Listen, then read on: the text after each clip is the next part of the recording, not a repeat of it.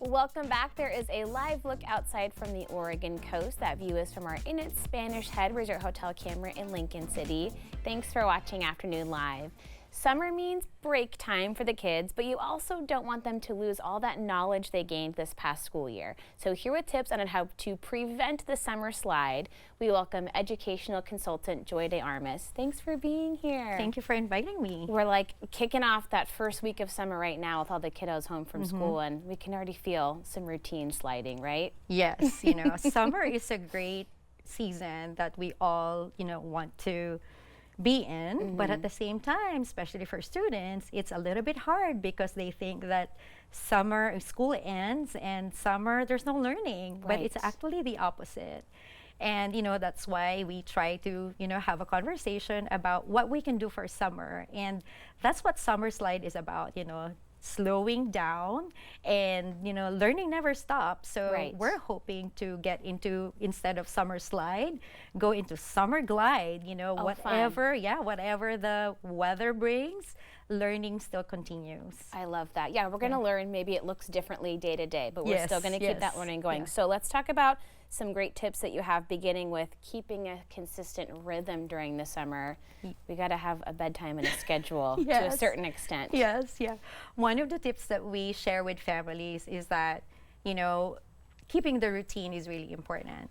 The things that we do, especially for the young children, predictability, knowing what to expect, really gives them a little bit of confidence that, okay, I know what I'm doing, or I know what's coming up next. And so it really calms them down. And believe it or not, there's a lot of studies that have shown that if they know exactly what's happening next, they gain a lot of confidence in just understanding that, okay, I'm not going to be anxious about anything because I know after this, we're going to have nap time, or after this, it's bedtime, or after this, I'm going to have dinner with family. And so all those things roll out into, gaining that self-confidence and, cognitive ability too. When they have that confidence, they can focus more about the things around them, the learning that they can get, whatever it is that is being offered, in where they're at, whether they're going on vacation or whether they're staying home.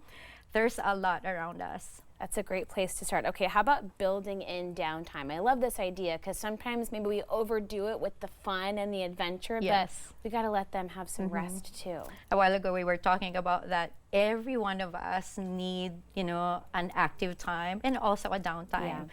Downtime is really important because this is when they reinforce the learning, and then also they get the energy back so that they can continue on with their day.